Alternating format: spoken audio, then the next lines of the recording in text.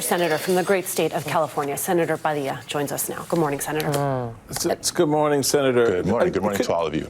I love that sound, and Simone and I were just kind of commenting while it was playing that it really kind of goes to the nub of this. Could you lay up for us again exactly what these deportation policies that are being articulated, even in the softness of, oh, well, you know, if a family member wants to go after the person we deported is going, you know, you can self-deport, all of that, how that impacts the economy, this idea, the interconnectedness of the migrant communities that are the bedrock of our economy right now being pulled out, and what that may mean for prices for those folks who were so concerned about the price of eggs.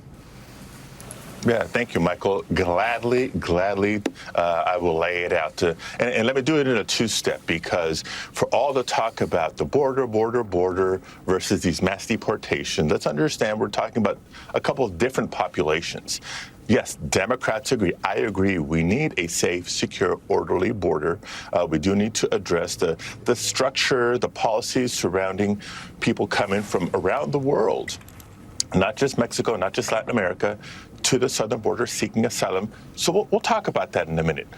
When Trump talks about mass deportations, we're talking about people who have been in the United States, in some cases years, in many cases decades, living here, working here, paying taxes here, contributing to the economy, and represent a disproportionate percentage of the workforce in a number of key industries, whether it's farm workers, right, agricultural workers, meatpacking plants, other food processing facilities, hospitality, construction, healthcare, etc.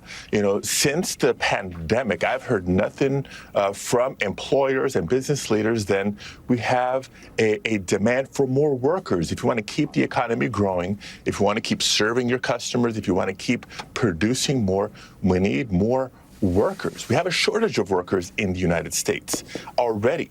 Now imagine deporting 4 million, 6 million, 8 million, 10 million workers, and what that would do to the difficulty for the private sector to serve and to produce. Yes, prices will go up. It's simple economics. And so again, Democrats, if you want to target, you know, violent criminals, convicted criminals for deportation, that's one thing. But this mass deportation that Trump and his, you know, cabinet-to-be is talking about is much more than just that. And people need to be aware. If the price of milk goes up even more, you'll know why. If the cost of housing goes up even more, you'll know why. If the cost of childcare, you know, or meat at the grocery store goes up, you need to know why. I mean, it is all connected. None of this is happening in a vacuum. And I really encourage people to take a look at the Time interview that the president-elect did with Time, that Donald Trump did. He was very clear about literally, potentially even deporting people who are currently Americans, who are here legally, who either have, who are here with a legal status, with a legal status in some way, shape, or form, or who were born here. He talks about, in the interview with our colleague Kristen Welker, revoking birthright citizenship. He literally says, you know, I wanted to maybe do an executive order. Don't know if we can do that. We'll see. But we have to do something about it, because we're the only country in the world that has that. Birthright citizenship means anybody who's born in America is an American. This is, I think, perhaps a little bit more expansive than what is just happening at the U.S.-Mexico border. And Simone, what you said is fundamental. It's in the Constitution, right? Birthright citizenship is in the Constitution. So it's not an executive order that will do away with it. It's not even a bill that may pass a Republican majority Congress that will do away with it. It's very different. I also appreciate the point you raised about what we refer to as mixed status families, right? If there's an undocumented immigrant in America, chances are they live in a household with someone who is at least a legal permanent resident for the time being, or very likely likely a citizen. It could be their spouse. That was what the executive order that President Biden announced back in June sought to do. If you're a long-term, undocumented immigrant, but your spouse is a citizen, you have citizen children, then there ought to be a temporary protection for you and maybe a pathway to citizenship for you if you're otherwise a law-abiding citizen. What's Trump's answer to not splitting up families? Well, if one's got to go, they all got to go. Again, just a ripple, exponential, negative impact on the economy. It's horrific.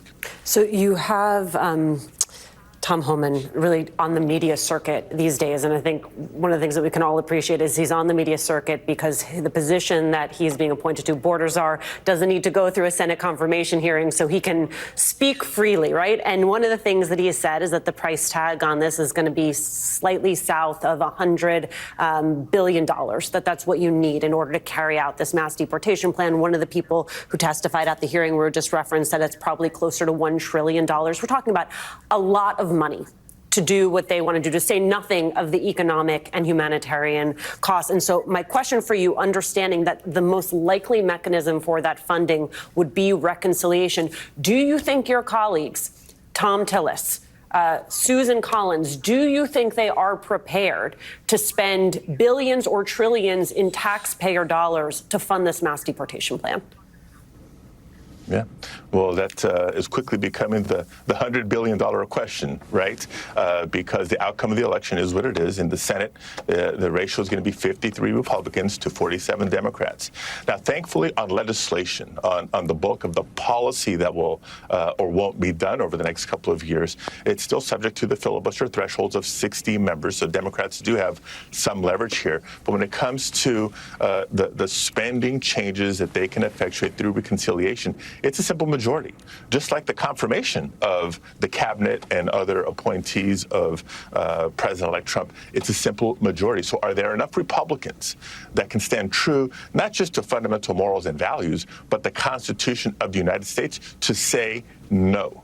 You rattled off a handful of Republican senators that have shown themselves to stand up to do what's right time and time again. And I pray, I hope that that will continue. It's going to be a rocky first couple of months between the spending plan, between reconciliation, and between the confirmation hearings. And people will, show their true colors real soon. Can I just note the Senate parliamentarian who gets to decide what can and cannot be used, go into reconciliation? I'm looking forward to seeing what Donald Trump has to say when the parliamentarian comes back and is like, not here. Wow, that it'll depends. Be back to Senate Republicans whether to keep that parliamentarian or not. That's going to be another true test. Boy, they got a lot of tests coming up. A lot of tests coming up. And I don't think they studied. One real quick one before you go, Senator. Donald Trump says that he wants to work with Democrats on the Dreamers. He says we're going to do something about the Dreamers. He was asked by Kristen Welker, what does that mean? He said, I will work with Democrats on a plan, but the problem have been the Democrats. They've been very difficult to come together on a plan. What say you, sir? All right, because Donald Trump has never lied, right? The Democrats have been the problem. Look, I can be hopeful, I can be skeptical, I can be anything in between. I owe it to Dreamers, I owe it to my constituents to try if there's an opening. So a lot of my colleagues are skeptical, they're hesitant to quote unquote take the bait. But if there's an opportunity to protect Dreamers, and Donald Trump may be willing to sign something, and my Republican colleagues may be willing to do what's right finally after years of telling me behind closed doors they support Dreamers, but not willing to say it or vote accordingly publicly, then I say let's try to do it because Dreamers and their families deserve nothing less. Last thing before I go, Simone, on the prior segment, you were wondering if I was a lawyer. Sorry to disappoint. I'm an engineer. But, you know even what? better.